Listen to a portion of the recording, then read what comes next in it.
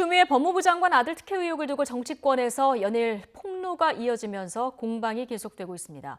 국민의힘은 오늘도 당시 청탁 전화를 받았다던 당직 사병과 대화 내용을 공개하면서 추 장관 아들 측 변호인 주장이 거짓이라고 주장했습니다.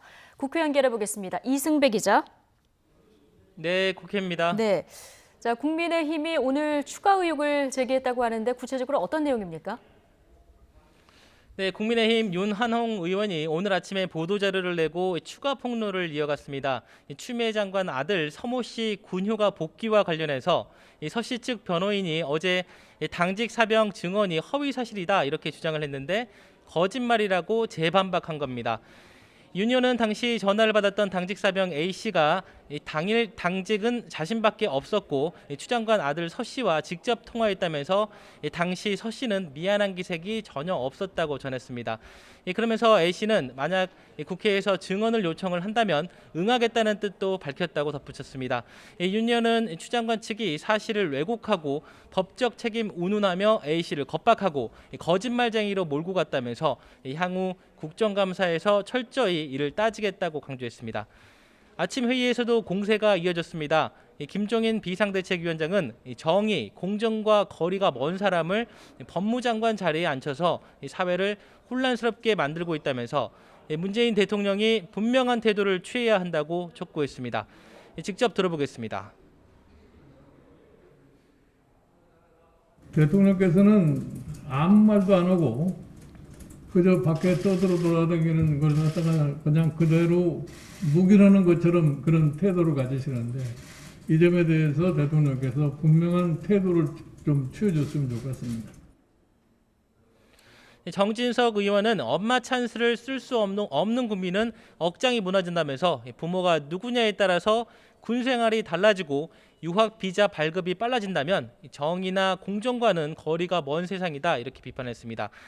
박진 의원도 누구보다 공정해야 할 법무장관에게 특혜와 외압, 청탁 의혹이 발생했다는 것만으로도 여당은 국민에게 사과해야 한다면서 지금처럼 계속 덮으려고만 들면 의혹은 눈덩이처럼 불어나고 국민 분노는 횃불이 될 것이라고 경고했습니다.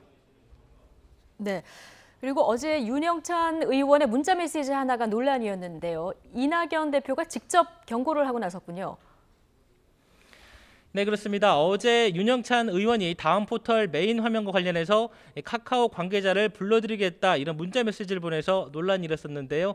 당사자인 윤 의원은 네이버에서 대관 업무를 할 때도 의원들이 자신을 국회로 불러 자주 얘기를 나눴다면서 당연한 서비스이자 의무라고 생각했다고 해명했습니다. 하지만 논란이 증폭되면서 민주당 지도부에서도 자중의 목소리가 나왔는데요. 민주당 이낙연 대표가 오늘 아침 회의에서 이 문제를 거론하면서 부적절하다고 꾸짖은 겁니다. 직접 들어보겠습니다. 우리 당 대표 연설과 야당 대표 연설을 불공정하게 다루었다는 문제의식을 갖고 있었다고 합니다마는 그럼에도 불구하고 오해를 살 수 있다고 생각합니다. 엄중하게 주의를 드립니다.